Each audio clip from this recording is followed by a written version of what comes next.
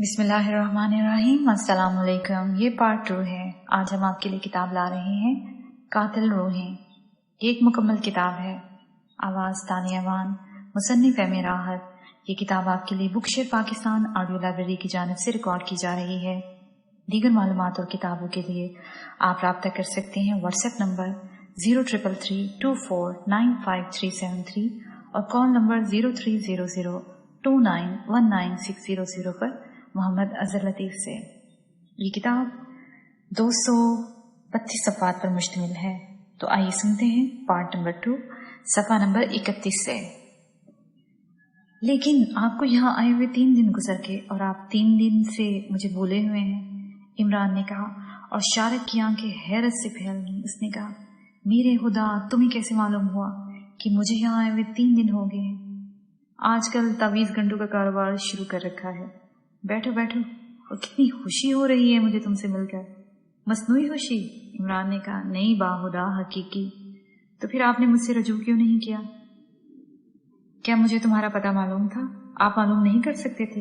यकीन करो, अगर आज तुम मुझे ना मिलते को तो कल मैं महकमा सुराग रसानी के दफ्तर जा पहुंचता, यानी तुम्हारे वालिद साहब के पास। न्योला छीन लेते आपसे वो। क्यों? शारिक हैरत से बोला, आजकल यही कारोबार कर रहे हैं। न्योलू का? शारिक ने चौंक कर पूछा। नहीं, छीनने का, इमरान ने जवाब दिया। और शारिक ने कहका लगाया, फिर बोला, अगर तुम ये समझते हो कि तुम्हारी बातें मैं भूल गया हूँ तो ये तुम्हारी गलत फहमी है। मुझे सारी बातें याद है। क्या हम कहाँ हैं आपका? इसी होटल में, लालाजार की 8वीं मंजिल पर, रूम नंबर? बिल्कुल नहीं, तुम मेरे साथ ही मेरे कमरों में चलोगे। अब मिल गए हो तो मैं तुम्हें ऐसे नहीं छोड़ सकता। इमरान ने खामोशी से गर्दन हिला दी। शारिक ने चौंक कर पूछा, खाना खाओगे? हाँ, इमरान ने जवाब दिया। और शारिक ने अपनी मेज के वेटर को तलब कर लिया। वेटर आया तो शारिक ने इमरान के मशवरे से खाने का ऑर्डर दे दिया। इमरान ने जूलिया और सफ्तर को नजरअंदाज कर दिया था। सुनाओ, कैसी गुजर रही है? सलीमान ने शादी कर ली है। सलीमान कौन? बावर्ची है मेरा। ओहो, अच्छा, शादी कर ली है। शादी कर ली है से तुम्हारी क्या मुराद है? शहजादी से, इमरान ने जवाब दिया। क्या शहजादी से शादी की है? मेरी कोई मुराद नहीं है। तुम्हारे कितने बच्चे हैं? शारिक ने पूछा। पता नहीं, गिनती दुरुस्त नहीं है मेरी। अब ऐसा भी नहीं कि इतने बच्चे होंगे कि गिने ही ना जा सके। आप यकीन कीजिए, मैंने आज तक अपने बच्चों की तादाद नहीं गिनी, इमरान ने कहा। क्या बहुत से हैं? शारिक ने हैरान होते हुए कहा। पता नहीं। क्या मतलब? शारिक ने चौंक कर पूछा। शादी ही नहीं की, इमरान ने जवाब दिया। और शारिक का जोरदार कहकहा उभरा। लोग अभी भी इस जानब मुतवज्जा थे।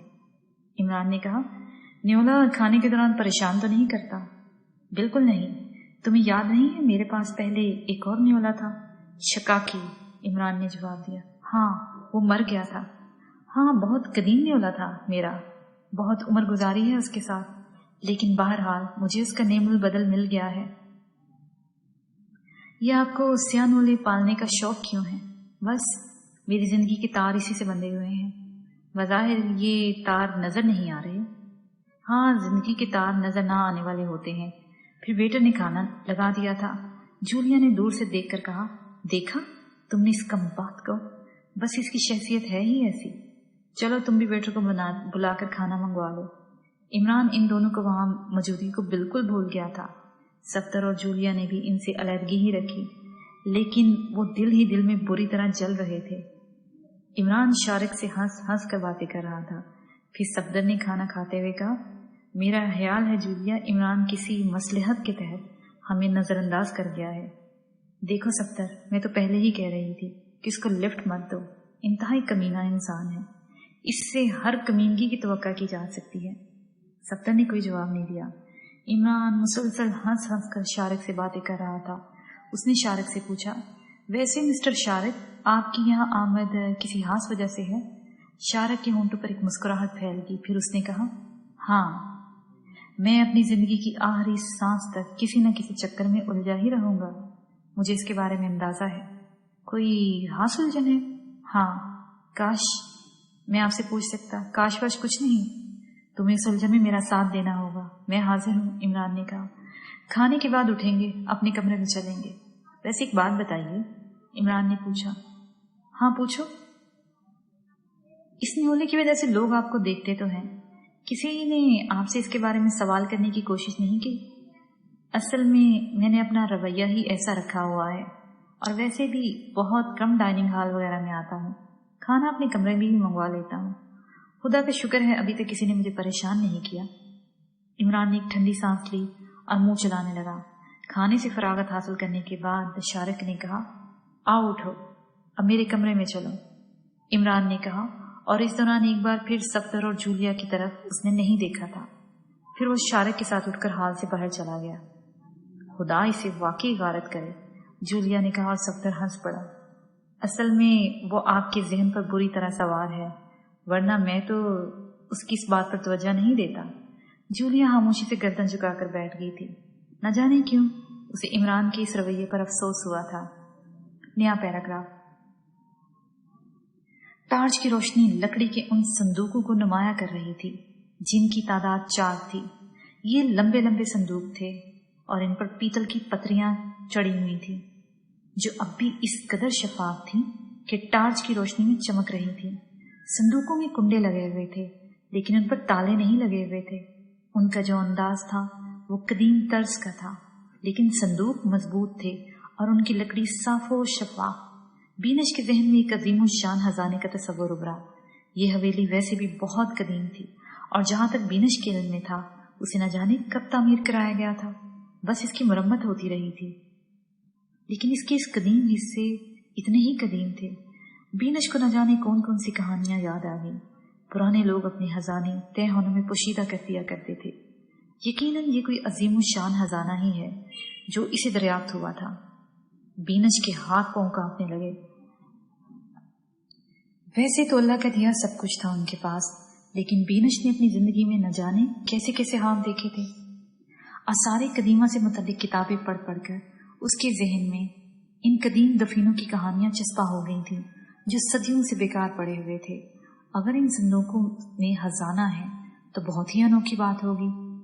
ایک لمحے کے لیے بینش کا دل چاہا کہ واپس جا کر نواب آصف علی کو اور اپنے تمام ساتھیوں کو اس خزانے کے بارے میں بتائے اور ان میں سرخروئی حاصل کرے۔ وہ لوگ ہمیشہ ہی اس کا مذاق اڑایا کرتے تھے اور بینش کو کبھی کبھی خاص طور پر نجمی اور شاہد پر بہت غصہ آتا تھا جو آثار قدیمہ سے اس کی دلچسپی اور نوادرات کے سلسلے میں عجیب و غریب باتیں کیا کرتے تھے۔ بہرحال بینش نے سوچا کہ پہلے ذرا اس خزانے کا جائزہ لے لے، اس کے بعد کچھ کرے گی۔ پھر بینش آہستہ آہستہ آگے بڑھی، حالانکہ ہمت نہیں پڑ رہی تھی، بدن میں لرزشیں تھیں، لیکن شوق اسے آگے لیے جا رہا تھا۔ اس نے ایک لمحے کے لیے کچھ سوچا، پھر جو سب سے پہلا صندوق اس کے سامنے آیا اس نے اس کے کنڈے کی جانب ہاتھ بڑھا دیے۔ لوہے کے مضبوط کنڈے کو پکڑ کر اس نے دھڑکتے دل کے ساتھ صندوق کا ڈھکن کھول دیا۔ عموماً فلموں وغیرہ میں یہی ہوتا ہے کہ جو ہی صندوق کھلا روشنی کی کرنیں صندوق کھولنے والے کو اپنی لپیٹ میں لے لیتی ہیں اور پھر اسے ہیرے جوہرات اور سونے کے ڈھیر نظر آتے ہیں۔ لیکن اس صندوق کو کھولنے سے کوئی روشنی نہیں ابھری تھی، البتہ ٹارچ کی روشنی اس کے اندر لیٹے ہوئے ایک انسانی وجود کو نمایاں کر رہی تھی۔ ایک عجیب و غریب حیت کا انسان جس کا رنگ کالے تبے کی مانند تھا، بدن پر نہ جانے کیسی کسیلی کالے، سفید اور مٹیالے رنگ کے موتیوں کی مالائیں پہنے ہوئے تھا۔ نچلے جسم پر کسی جانور کی کھال کا لباس تھا اور بال کافی بڑے ہوئے تھے۔ صورت بہت ہیبت ناک تھی۔ بینش کی چیخ نکلتے نکلتے رہ گئی، لیکن اپنے تجسس کو وہ نہ دبا سکی۔ اس صندوق میں اس آدمی کا ملنا ناقابل یقین تھا۔ ظاہر بات ہے یہ یا تو کوئی حنوط شدہ لاش تھی یا پھر اس کے بدن کو تازہ تازہ بند کیا گیا تھا۔ بینش اسے دیکھتی رہی۔ ٹارچ کی روشنی مسلسل اس کے وجود کا احاطہ کیے ہوئے تھی۔ پھر اچانک ہی بینش کے سینے میں سانس رک گیا، کیونکہ صندوق میں لیٹے ہوئے وجود نے آنکھیں کھول لی تھیں۔ سفید سفید آنکھوں کے ڈھیلے اور کالی سیاہ پتلیاں، ان آنکھوں میں عجیب سی چمک اور وحشت تھی۔ بینش کا دل چاہا کہ یہاں سے بھاگ جائے، لیکن اسے یوں محسوس ہو رہا تھا جیسے اس کے پاؤں بے جان ہو گئے ہوں۔ تابوت میں لیٹا ہوا شخص اسے گھورتا رہا، پھر اس کے ہونٹوں پر ایک مسکراہٹ پھیل گئی۔ موٹے موٹے ہونٹوں پر یہ مسکراہٹ اسے عجیب لگی تھی۔ پھر بینش نے اس وجود میں جنبش دیکھی اور وہ صندوق میں اٹھ کر بیٹھ گیا۔ اس کے بعد اس کی آواز ابھری، मेहरबान लड़की, तूने हम पर जो एहसान किया है हम उसे कभी नहीं भूल सकते। मुझसे खौफज़दा ना हो, मैं तुझे कोई नुकसान नहीं पहुंचाऊंगा, तू तो हमारी मोहसिन है। बीनश ने कोई जवाब नहीं दिया। वो संदूक से बाहर निकल आया और बीनश इसके लंबे चौड़े बदन को देखती रही। फिर उसने कहा, एक कदीम रवायत टूट गई है, एक अजीबोगरीब कहानी का आगाज हो गया है, मगर ठहर, तेरी इस मेहरबानी से पूरा पूरा फायदा उठाना चाहता हूँ। न जाने कितना तवील अरसा गुजर गया है मुझे इस संदूक में। वो संदूक से बाहर निकल आया। बीनश के हाथों में टार्च उसी तरह मुंजमद हो गई थी कि अगर वो इसे छोड़ना भी चाहती तो ना छोड़ सकती थी। वो खौफ से आंखें फाड़ फाड़ कर उसके वजूद को देख रही थी। थोड़ी देर के बाद वो दूसरे संदूक के पास पहुंचा। उसने इस संदूक का ढक्कन उठाया और फिर तीसरे और चौथे का ढक्कन उठाने के बाद उसने कहा, सोने वाला बेवकूफो, जागने का वक्त आ गया है। उठो, देखो, हमारी मोहसिन ने हमें गहरी नींद से जगा दिया है। हमें आज़ादी हासिल हो गई है, आज़ादी मिल गई है हमें। उठो और अपनी इस मोहसिन के सामने झुक जाओ। संदूक से दो नौजवान मर्द और एक उन्हीं की शक्ल सूरत की औरत नमूदार हुई थी। सबके जिस्म पर मुख्तलिफ तरीन लिबास थे, यहाँ तक कि औरत के बदन पर भी, और वो सब उसी की तरह की मालाएं पहने हुए थे। बीनश अब अपने आप में नहीं रही थी, वो सहरज़दा हो गई थी। टार्च बदस्तूर उसके हाथ में थी और वो इन सबको देख रही थी जो इससे अपनी न्याजबंदी का इजहार कर रहे थे। फिर उस शख्स ने कहा, थोड़ी सी रोशनी तो कर दो, मशल जला दो। दीवारों में मशल मौजूद है। फिर उनमें से दो अफराद एक तरफ बढ़ गए। कुछ लम्हों के बाद बीनश ने इस तहखाने में रोशनी देखी और उसके होश व हवास साथ छोड़ गए, लेकिन वो न जाने किस तरह अपनी जगह जमी हुई थी। तब उनमें से एक ने कहा, लड़की, क्या नाम है तेरा? मगर नहीं, ऐसे नहीं, पहले तू हमारी सबसे बड़ी मोहसिन बन जा। हमारे लिए वो कर दे जिसके ख्वाहिशमंद न जाने हम लोग कब से हैं। हम 4 हैं, लेकिन अब हमें 5 होना चाहिए। तू हमारी सालार है, हमारे मुश्किल रास्ते तू ही आसान करेगी। चलो बंदोबस्त करो, इसे अपने आप में शामिल कर लो। और फिर उनमें से एक दीवार में लगी हुई मशल उठाकर करीब ले आया। बीनश जैसे पत्थर की बनी हुई थी और ये सारा तमाशा देख रही थी। मशल लाने वाला बीनश के सामने पहुंच गया। तब उस लंबे चौड़े शख्स ने अपना एक हाथ सीधा किया और जलती हुई मशल के शोलों पर रख दिया। बीनश उसे फटी फटी निगाहों से देखती रही। फिर उस शख्स का हाथ आग के शोलों पर था और जल रहा था। जब उनमें से एक ने संदूक में से बरामद होने वाली औरत से कहा, जा तो इसकी पुश्त खोल दे, और वो औरत बीनश के करीब पहुंच गई। उसने बीनश को अपने सहर में जकड़ लिया था। औरत ने बीनश का लिबास उठाकर उसकी पुश्त बरहना कर दी थी और उस शख्स ने जलता हुआ हाथ बीनश के पीछे आकर उसकी पुश्त पर लगा दिया। बीनश को कोई जलन महसूस नहीं हुई थी, बल्कि एक ठंडक का सा एहसास हुआ था उसे। इस शख्स ने अपना हाथ हटाया और उसके बाद बीनश की कमीज बराबर कर दी गई। तब उस शख्स ने कहा, खूबसूरत लड़की, अब संभल जा, तुझे हमसे गुफ्तगू करनी है। और अचानक ही जैसे बीनश को होश आ गया, वो चौंक पड़ी। उसके होश व हवास जाग उठे थे और इसी तरह बदन में तहरीक भी। उसने एक बार फिर सहमी हुई निगाहों से उन्हें देखा और उस शख्स ने नर्म लहजे में बीनश से कहा, तू अपने दिल का जायजा ले, तो तू इसमें हमारे लिए खौफ का तासर नहीं होगा? क्या तेरे दिल में हमारे लिए मोहब्बत के जज्बे उभरते हैं? और अचानक ही बीनश ने अपने अंदर कुछ तब्दीलियां महसूस की। उसे यूं लगा जैसे वो इन लोगों के लिए हमदर्दी के जज्बात रखती है।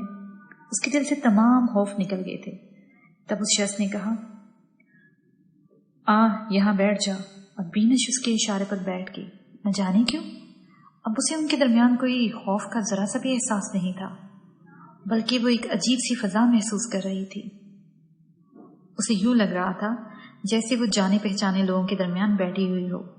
उमर रशीदा शख्स और बाकी तीनों अफराद उसके सामने बैठ गए। तब उमर रशीदा शख्स ने कहा, नई दुनिया की लड़की, पहले तो हमारे नामों को जान ले। मेरा नाम शोलान है और मैं सहराए आज़म अफ्रीका की बस्ती पोनारिया का रहने वाला हूँ। ये दोनों मेरे बेटे हैं। इसमें एक का नाम खोरा है और ये मेरा दूसरा बेटा राहिम है और ये मेरी बेटी सीला है। इन तीनों की माँ बहुत पहले मर चुकी थी। बस्ती पोनारिया सहराए आज़म में रहने वाले दूसरे होनहार बशिंदों से बिल्कुल मुख्तलिफ थी। हम इंसानों को दोस्त जानते थे और हमारा मसलक था कि 2 पैरों पर चलने वालों को कभी कोई नुकसान न पहुंचाया जाए। हमारी बस्ती में ये रस्म बहुत कदीम हो चुकी थी और हमने इंसानों की कुर्बानियों का सिलसिला देवताओं के हुक्म पर तर्क कर दिया था। एक सफेद देवी हमारे दरमियान आई थी जिसने हमारे दिलों में मोहब्बत के पौधे लगाए और ये पौधे इस तरह परवान चढ़े कि हमने वहशत हेजियां छोड़ दी, जबकि हमारे इतराफ में बिखरी हुई बस्तियों के लोग इंसानों को खा लिया करते थे और उनकी कुर्बानियां अपने देवताओं के कदमों में दिया करते थे। कुर्बानी हम भी देते थे, लेकिन उन होनहार दरिंदों की जो इंसानों को नुकसान पहुंचाया करते थे। इस तरह पोनारिया अमन की बस्ती थी और हम अमन की बस्ती के रहने वाले। नई दुनिया की लड़की, इस तरह हमारी जिंदगी गुजर रही थी।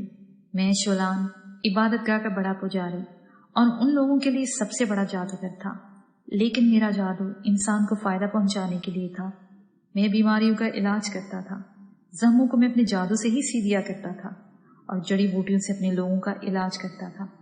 हालांकि जादू का इल्म मेरे खानदान में सीना बसीना चला आ रहा था, लेकिन सफेद देवी के अहकामात के तहत ये जादू हम अपने वजूद में बंद कर लिया था और इसे इंसानों को नुकसान पहुंचाने के लिए कभी इस्तेमाल नहीं करते थे। सहराए आजम में नई दुनिया के लोग आते रहते थे। उनमें कभी हाथी दांत हासिल करने के शौकीन तो कभी जड़ी बूटियों के माहिर जो सहराए आजम अफ्रीका में जड़ी बूटियां तलाश करते थे, और कभी कभी हजानों के मुतलाशी पहुंच जाया करते थे। अगर वो कभी बस्ती पोनारिया में आ निकलते तो हम इनकी खातिर मदारत करते, इन्हें कोई नुकसान न पहुंचाते। जो कुछ हमारे बस में होता हम इनके लिए करते थे, और जब वो हमसे हजानों के बारे में मालूमात हासिल करते तो हम इन्हें समझाते कि दोस्तों, ये चमकदार पत्थर, ये पीली धात के अंबार इंसानों को जिंदगी से महरूम कर देते हैं। इसके लिए अपने आप को बर्बादी के रास्ते पर ना डालो। कुछ मान जाते और कुछ ना मानते। जो ना मानते वो ये सोचकर आगे बढ़ जाते कि हम इनकी कोई मदद नहीं करेंगे। जो मान लेते वो कुछ वक्त गुजार कर वापस लौट जाते। चमकदार पत्थरों का हमसे ज्यादा तजर्बा किसी और को कैसे हो सकता था, क्योंकि ये चमकदार पत्थर हम भी एक दूर दराज वादी से जाकर लाते थे। उन्हें साफ करके चिकने पत्थरों पर घिसाकर उनसे रोशनी हासिल करते और हर जानदार की पहली रात को और हर चांद की पहली रात को वो पत्थर हम अपने देवता के कदमों की भेंट चढ़ा देते।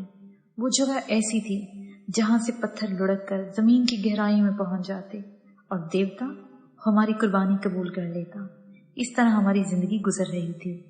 हमारा सरदार सेरा बहुत नेक दिल सरदार था और हमारी बस्ती के लोगों के लिए बेहतर काम करता था।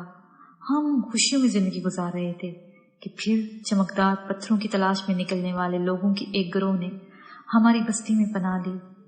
वो दहशत से कांप रहे थे क्योंकि उनके कुछ साथियों को एक आदमखोर बस्ती के लोगों ने उनके सामने तिक्का बोटी करके अपने मेदों में उतार लिया था, और उनके साथ भी वो यही सलूक करने वाले थे, लेकिन वो बच निकले और हमने उन्हें अपने दरमियान पनाह दी। हमने इनकी हिफाजत की और इनके लिए अपने भाले उठा लिए कि खबरदार, अब वो हमारी पनाह में है और उन्हें कोई नुकसान न पहुंचाए। नई दुनिया की लड़की, हमने इस गिरोह को अपने दरमियान पनाह दी। बहुत सारे अफराद थे, उनमें औरतें भी थीं। हमने उनके साथ बहुत अच्छा सलूक किया। उन्होंने हमें छोटे छोटे तोहफे दिए और हमने उन्हें अपनी मोहब्बत दी और उनकी खिदमत भी की। तभी एक बार एक तस्करे के दौरान उस गिरोह के एक फर्द ने देवता के कदमों की भेंट की बात हुई और मैंने उसे वो नया पत्थर दिखाया जो देवता के कदमों में भेंट किया जाने वाला था, और उस पत्थर ने उसकी आंखों में लालच बसा दिया। वो इस पत्थर को देखकर दीवाना हो गया था। मैंने उस वक्त तो उससे कुछ ना कहा, लेकिन बाद में वो मेरे पास पहुंचा और बोला, शोलान, ये पत्थर तुम अपने देवता की भेंट चढ़ाते हो। तुम इस पत्थर को जमीन की गहराइयों में पहुंचाकर अपना फर्ज पूरा कर लेते हो ना? हाँ अजीम आका, हम ऐसा ही करते हैं। क्या तुम मुझे इन गहराइयों का पता बता सकते हो जहां तुम ये पत्थर लुढ़का दिया करते हो? मैं तुमसे पहले भी कह चुका हूं अजीम आका कि देवताओं की भेंट सिर्फ देवताओं के लिए होती है, किसी और के लिए नहीं।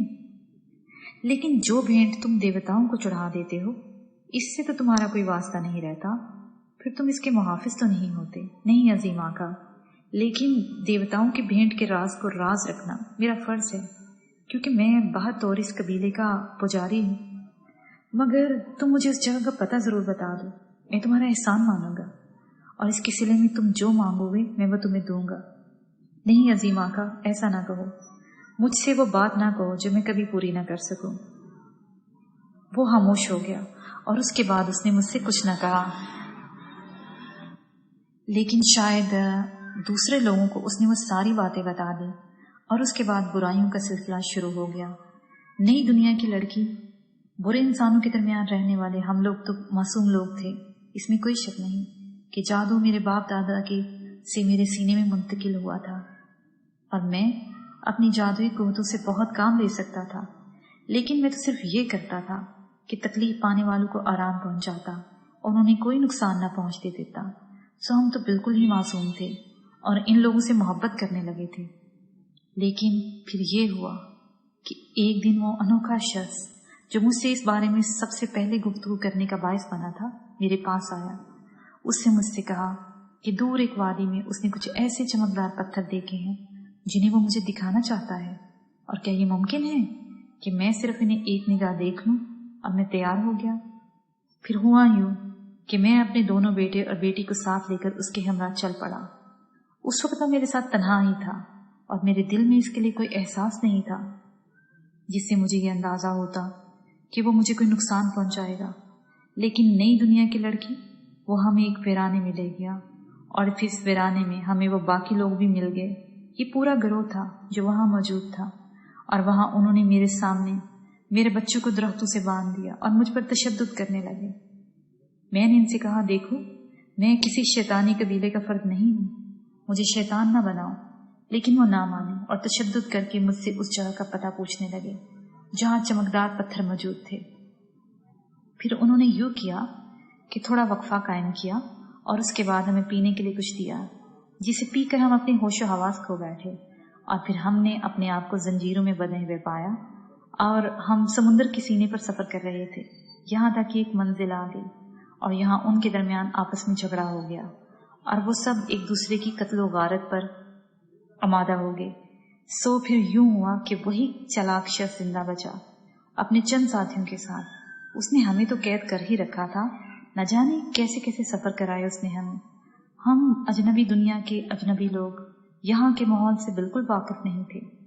बिलाहिर वो हमें लंबा सफर तय कराता हुआ यहाँ तक ले आया और बोला, यहाँ उसने हमें इस अंधेरी जगह बंद कर दिया। उसने हमें आगे के बारे में बताते हुए कहा कि हम कुछ वक्त यहाँ रहेंगे और जो लोग बच गए, जब वो हमें भूल जाएंगे तो वो हमें हमारी आबादियों तक ले जाएगा। लेकिन शर्त यही है कि हमें इन चमकदार पत्थरों का रास्ता बताना पड़ेगा, और जिस दिन हम लोग इसे चमकदार पत्थरों का रास्ता बता देंगे, वो हमें इस दुनिया से वापस हमें हमारी बस्ती तक पहुंचा देगा। उसने ये भी कहा कि वो मेरी लड़की सेला को यहीं छोड़ देगा और मेरे बेटों को साथ ले जाएगा। फिर जब मैं इसे पत्थरों का पता बता दूंगा और वो पत्थर हासिल कर लेगा तो वापस आने के बाद सेला को वहां पहुंचा देगा। ये सब कुछ ऐसा था जो मैं कभी नहीं कर सकता था। ना तो मैं देवताओं से बदअहदी कर सकता था और ना ही इसे पत्थरों का पता बता सकता था, ना ही मैं अपनी बच्ची को यहाँ छोड़ सकता था। मैंने पहली बार गुस्से में आकर उस पर जादू का वार किया और वो जिस्मानी तौर पर मफलूज हो गया। मैंने इससे कहा कि अगर मैं चाहूँ तो उसके सारे खानदान को फना कर सकता हूँ, लेकिन मैं उसे होश में आने का मौका दे रहा हूँ। उसे चाहिए कि मुझे मेरी मंजिल तक पहुँचा दे और उसके बदले मैं उसे चंद चमकदार पत्थर फराहम कर दूंगा। लेकिन वो ना माना। मफलूज होने के बावजूद वो मुझे धमकियां देता रहा। उसके साथ उसके साथी भी मौजूद थे जो शायद उसके नौकर थे। उन लोगों ने हमें जंजीरों से बांध रखा था और मेरा जादू इन जंजीरों को नहीं तोड़ सकता था। फिर उन्होंने लकड़ी की ये संदूक बनवाए और मुझे धमकी दी कि मुझे और मेरे बच्चों को इन संदूकों में बंद कर दिया जाएगा और मुझे उस वक्त तक भूखा प्यासा रखेंगे जब तक कि मैं उन पत्थरों का पता न बता दूं और वो उन्हें हासिल न कर लें। देवताओं का मामला न होता तो शायद मैं अपने बच्चों की वजह से उसकी बात मान लेता, लेकिन देवताओं से बदअहदी किसी तौर मुमकिन नहीं थी। वो दीवाना हमें संदूकों में बंद करके यहाँ से चला गया और हम इन संदूकों में कैद हो गए। इन संदूकों में मेरे बच्चों की चीखों पुकार की आवाज आती रही। वो भूख से बिलक रहे थे, तड़प रहे थे। वो कह रहे थे, बाबा, इन संग दिलों को देवताओं के चरणों में मौजूद पत्थरों का बता दो, हम भूख से मर रहे हैं। लेकिन मेरी जिम्मेदारियां कुछ और थी। और फिर शोलान की आवाज भर्रा गई। फिर उसने कहा, और फिर हम मर गए, खत्म हो गए हम, हमारी रूहें इन संदूकों में कैद हो गई, हम खत्म हो गए, हमें इसी जगह और नई दुनिया की लड़की, इसके बाद हमारी कहानी मिटती चलेगी। वो कहाँ गया हमें इसका पता नहीं मालूम, लेकिन हमारे दिलों में इंतकाम की आग सुलग उठी और हम सोचने लगे कि हमारे साथ जुल्म हुआ है और जुल्म का बदला लिया जाएगा, तो हम बदला लेना चाहते हैं। हम इंतकाम के प्यासे हैं, समझ रही हैं ना, हम इंतकाम के प्यासे हैं। हमें हमारी मौत का सिला चाहिए। हम इन सबको इसी तरह तबाह बर्बाद करेंगे जिस तरह इन्होंने हमें कर दिया है। हम नई दुनिया के बारे में कुछ नहीं जानते। अब तू आई है, तूने हमें आज़ाद किया है। इस आज़ादी के बाद हमें अपनी एक फौज बनानी है, ऐसे साथियों की तलाश करनी है जो हमारे लिए उनसे इंतकाम ले। हम उनकी रहनुमाई करेंगे। नई दुनिया की लड़की, इस सिलसिले में पहली फर्द तू है जिसने हमारी रूहों को इन संदूकों से आज़ाद कराया है। हमने तुझे वो एजाज बख्शा है जो हम किसी को नहीं देते। मैं शोलान, अपने कबीले का सबसे बड़ा जादूगर, तुझे अपना सालार मुंतखब करता हूँ, और अब तू हमारे लिए ऐसे लोगों को तलाश करेगी जो हमारे लिए इंतकाम लेने पर आमादा हो। हाँ, मुझे ये सब कुछ करना होगा। अब तू यहाँ से वापस जा और हमारा काम सरअंजाम दे, लेकिन जिस तरह तू ये काम सरअंजाम देगी उसका मुझे खुद भी एहसास नहीं होगा। बस इतना ही कहना था हमें। संदूक खुले रहने दे, क्योंकि अब यही हमारे मस्कन है और हम न जाने कब से इनमें पड़े रहने के आदी हो चुके हैं। शोलान खामोश हो गया। उसने अपने बच्चों को इशारा किया। वो सब उठ कर अपने संदूकों में जा बैठे। बीनश अपनी जगह से उठ खड़ी हुई। उसका ज़हन उसके साथ नहीं था और ना ही वो कुछ सोच पा रही थी। बस वो आहिस्ता से चलती हुई कैदखाने से बाहर आई, फिर अपने कमरे में दाखिल हुई। बिस्तर पर लेटकर उसने आंखें बंद की और गहरी नींद सो गई। लेकिन दूसरी सुबह जब वो जागी तो उसके ज़हन में कोई तसव्वुर भी नहीं था, ख्वाब जैसी कैफियत भी नहीं थी। वो सब कुछ भूल चुकी थी। उसे कुछ भी याद नहीं था कि पिछली रात वो कैसे भयानक वाक़या से दो चार रही थी और उसने कैसी अजीब कहानी सुनी थी।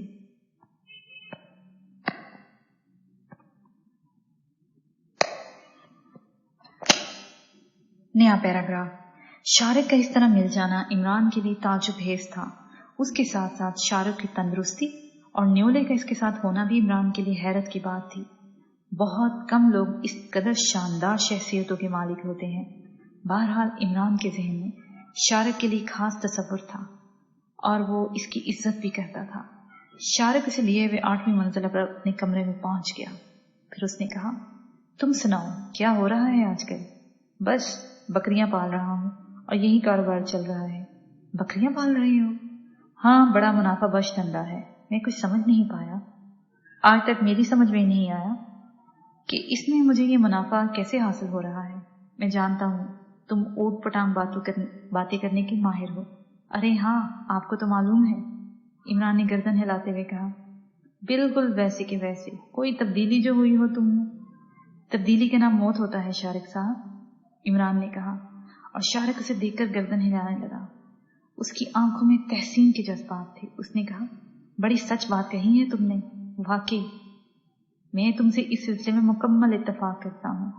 वैसे वालिदैन वगैरह सब हैरियत से हैं। इमरान, एक अजीबोगरीब दास्तान सुनाना चाहता हूँ तुम्हें। अजीब की हद तक तो ठीक है, लेकिन अगर गरीब है तो मुझे इससे क्या फ़ायदा होगा? सुन लो, फिर ये अंदाज़ा लगाना कि फ़ायदा होगा या नहीं होगा। मैं हमादन खरगोश हूँ। क्या हुआ?